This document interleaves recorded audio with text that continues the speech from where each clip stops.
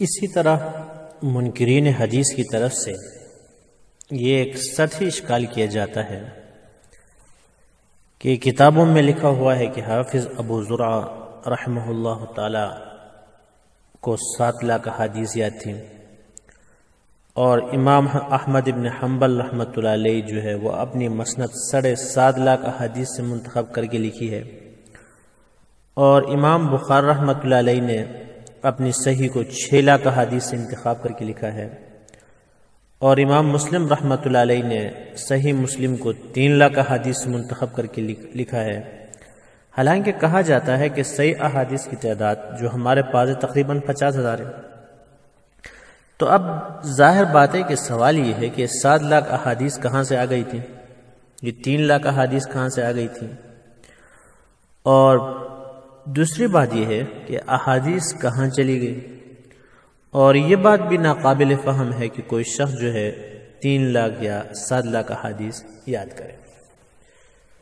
تو ایک بات ذہن میں رہنا چاہیے کہ عام طور پر ہمارے معاشرے میں جتنے اعتراضات ہوتے ہیں یہ کوئی نئے اعتراضات نہیں ہیں، یہ اعتراضات پہلے بھی ہو چکے ہیں، اور ہمارے علماء اکرام نے ان کے تسلی بخش جوابات دیے ہیں، پھر وہ بات ختم ہو جاتی ہے۔ لیکن پھر کسی ایک آدمی کو یہ اعتراض کہیں سے مل جاتا ہے تو پھر اس کو وہ اٹھا لیتا ہے اور اٹھا کر پھر سوشل میڈیا میں لے آتا ہے اور ایک قسم کا انتشار دوبارہ پیدا کر لیتا ہے۔ تو یہ بات ذہن میں رہے کہ جہاں تک احادیث کے 50,000 ہونے اور 3 لاکھ 7 لاکھ 6 لاکھ اور 10 لاکھ ہونے کا تعلق ہے، تو یہ محدثین کی اصطلاح، ان کی جو ٹرمز ہیں ان سے ناواقفیت پر مبنی ہے۔ جیسے کہ ہم نے پہلے عرض کیا تھا کہ حدیث کا ایک متن ہوتا ہے، ٹیکسٹ، مثلا دیکھیں انما الاعمال بالنیات، یہ متن ہے، اور اس کی مختلف طرق اور سند ہوتی ہیں۔ مثلا انما الاعمال بالنیات ایک حدیث ہے، اب اس کی آپ سند لے لیں کہ امام ابو حنیفہ رحمۃ اللہ علیہ نے اپنے استاد حماد سے، حماد نے علقمہ سے، علقمہ نے ابن مسعود رضی اللہ تعالیٰ عنہ سے نقل کی، یہ سند ہے۔ اب ظاہر بات ہے کہ عام آدمی اس کو ایک حدیث شمار کرتا ہے، لیکن جب اس حدیث کی سند تبدیل ہو جائے تو محدثین کے ہاں یہاں یہ ایک حدیث نہیں ہوتی ہے۔ مثلا امام ابو حنیفہ رحمۃ اللہ علیہ نے یہ حدیث جو ہے 100 اساتذہ سے سنی ہے، مثلا یا 200 300 یا 700 اساتذہ سے سنی ہے یہ حدیث، تو عام آدمی اس کو ایک حدیث ہی خیال کرتا ہے۔ مثلا امام ابو حنیفہ رحمۃ اللہ علیہ کی جو سند ہے، جو اساتذہ ہے، مثلا وہ 700 ہے، ایک عام آدمی کے نزدیک انما الاعمال بالنیات ایک حدیث شمار ہوتی ہے، لیکن محدثین کے نزدیک وہ ایک حدیث نہیں ہوتی ہے بلکہ وہ 700 احادیث شمار ہوتی ہے۔ تو اس طرح اگر ہم دیکھیں تو ہر حدیث کی سند اگر آپ دیکھیں تو اساتذہ کے لحاظ سے، راویوں کے لحاظ سے تبدیل ہو جاتی ہے۔ تو بعض احادیث کی 200 سندیں ہیں، بعض حدیث کی 300 سندیں ہیں، بعض حدیث کی 100 سند۔ اب ظاہر بات ہے کہ جس کو ہم ایک حدیث شمار کرتے ہیں، یہ محدثین کے نزدیک ایک حدیث نہیں ہے بلکہ ایک حدیث جو ہمارے نزدیک ایک ہے، جس کو ہم جیسے عامی لوگ ایک سمجھتے ہیں، یہ محدثین کے نزدیک اگر اس کی سند 300 ہے تو یہ 300 حدیث ہے، اگر اس کی سند جو ہے وہ 400 ہے تو یہ 400 احادیث ہیں۔ تو لہٰذا اس لحاظ سے اگر ہم دیکھیں تو 50,000 احادیث جو اس کا ایوریج بھی لگا لیں کہ مثلا 50 لگا لیتے ہیں یا 100 لگا لیتے ہیں، تو 100 نہیں بلکہ آپ 10 ہی اس کے لگا لیں، تو 10 ایوریج لگا لیں فی حدیث کی، تو ظاہر بات ہے کہ اوسط نکالیں، ورنہ ہوتے تو بہت زیادہ ہے سند ہے، لیکن ہم ویسے اندازے کے لیے 10 لگا لیتے ہیں، تو ظاہر بات ہے 5 لاکھ احادیث بن جاتی ہیں۔ حالانکہ زیادہ ہے، 20 لگا لیں تو زیادہ ہوں گے، تو لہٰذا یہ کوئی ایسی قابل اشکال بات نہیں ہے، کیونکہ محدثین جو ہے وہ سند کے اعتبار سے حدیث کو الگ حدیث کیا کرتے ہیں، قرار دیتے ہیں۔ تو لہٰذا امام احمد بن حنبل یا ابو زرع یا بخاری رحمۃ اللہ علیہ کی 7 لاکھ احادیث ہیں، 6 لاکھ احادیث ہیں، 3 لاکھ احادیث ہیں، تو یہ ایسی کوئی ناقابل فہم بات نہیں ہے کہ جس کے بنیاد پر حدیث پر کیا کیا جائے، اعتراض کیا جائے۔ اور دوسری بات یہ ہے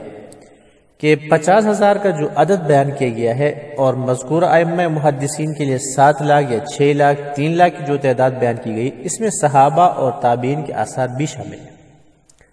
کیونکہ بعض محدثین جو ہیں صحابہ کے آثار پر بھی حدیث کا اطلاق کرتے ہیں، روایت کا اطلاق کرتے ہیں۔ تو ظاہر بات ہے جب آپ صلی اللہ علیہ وآلہ وسلم کی احادیث 50,000 ہو سکتی ہیں تو صحابہ اور تابعین کے آثار کو شامل کرنے کے بعد ان کی تعداد کا 7 لاکھ تک پہنچنا کوئی قابل تعجب بات نہیں ہے۔ اور جہاں تک اتنی بڑی تعداد میں احادیث یاد کرنے کا تعلق ہے تو اس کے مختلف اسباب ہیں کہ عرب کا حافظہ تو ویسے بھی ضرب المثل ہے، اللہ تعالیٰ نے ان حضرات کو اس خدمت کے لیے منتخب فرمایا تھا، اس کے مطابق ان کے اندر صلاحیت بھی پیدا کی تھی۔ چنانچہ ایک مرتبہ مدینہ کے گورنر مروان بن الحکم نے حضرت ابو ہریرہ رضی اللہ تعالی عنہ کے حافظے کی شہرت دیکھ کر امتحان لینے کے غرض سے بلایا اور ادھر ادھر کی باتوں کے بعد حدیثیں پوچھنی شروع کی۔ پردے کے پیچھے ایک منشی بیٹھایا ہوا تھا، وہ ابو ہریرہ رضی اللہ تعالیٰ عنہ کی احادیث خفیہ طور پر لکھ رہا تھا۔ کاتب کا بیان ہے کہ مروان پوچھتا تھا اور ابو ہریرہ رضی اللہ تعالیٰ عنہ لکھتا تھا، ابو ہریرہ حدیث سناتے تھے اور کاتب کہتے ہیں کہ میں لکھتا تھا۔ پھر مروان نے 1 سال بعد دوبارہ ابو ہریرہ رضی اللہ تعالیٰ عنہ کو بلایا، مجھے پردے کے پیچھے بٹھایا اور وہ پوچھتا گیا، ابو ہریرہ رضی اللہ تعالیٰ عنہ سناتے گئے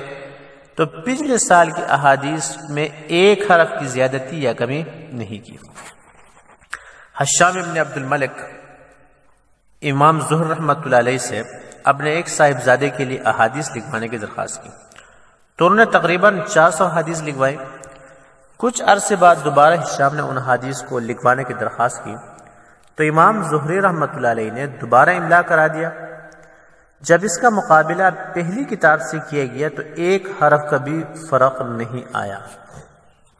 اور حضرت عبداللہ ابن عباس رضی اللہ تعالیٰ عنہ کے متعلق تو مشہور ہے کہ ان کے سامنے عمر ابن ابی ربیعہ شاعر آیا تھا اور 70 اشعار کا ایک طویل قصیدہ سنا گیا۔ شاعر کے جانے کے بعد ایک شعر کے متعلق گفتگو چلی اور اختلاف پیدا ہوا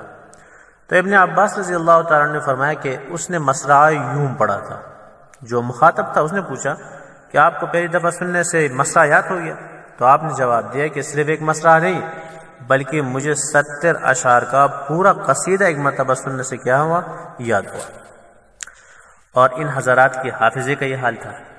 اور ان کی یادداشت کی ایک بڑی وجہ یہ بھی تھی کہ انہیں حضور صلی اللہ علیہ وآلہ وسلم کے ساتھ شدید محبت تھی، اور محبت کی شدت میں یہ ہوتا ہے کہ محبوب کی باتیں ایک مرتبہ سننے سے یاد ہو جاتی ہیں، دیکھنے سے یاد ہو جاتی ہیں ان کے افعال۔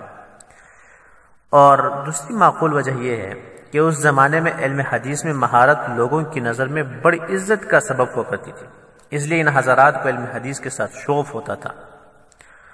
اور بے اندازہ محنت اور کوشش اس علم کے لیے صرف کیا کرتے تھے۔ حضرات محدثین کی محنت اور کوشش کا اگر جائزہ لیا جائے تو معلوم ہوگا کہ انہوں نے احادیث حاصل کرنے کے لیے کیسے سفر کیے، کتنے اساتذہ سے استفادہ کیا،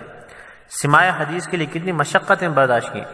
ان تمام احوال پر نظر رکھتے ہوئے اس قدر زیادہ تعداد میں حدیث کا یاد کر لینا محل اشکال نہیں ہے۔ تو لہٰذا عام طور پر اس طرح ہوتا ہے کہ ایک اعتراض سامنے آ جاتا ہے تو ہمارے حضرات اس کو لے کر کھڑے ہو جاتے ہیں، کیونکہ اعتراض کرنا جو ہے نا یہ ناواقفیت کی بنیاد پر ہوتی ہے، جہالت، اس کے لیے کوئی علم کی اتنی ضرورت نہیں ہوتی ہے تو اعتراض کر دیتے ہیں، جبکہ جواب ڈھونڈنے کی اور اس کا تحقیق کرنے کی یہ لوگ تکلف نہیں کرتے، کیونکہ اس کے لیے سر کھپانا پڑتا ہے، اس میں دماغ لگانا پڑتا ہے، عقل استعمال کرنا پڑتا ہے، مطالعہ کرنا پڑتا ہے۔ تو لہٰذا ایسی کوئی بات نہیں کہ 10 لاکھ حدیثیں ہیں یا 6 لاکھ حدیثیں ہیں تو کہ اس پر ہم کیا کریں؟ اشکال کریں۔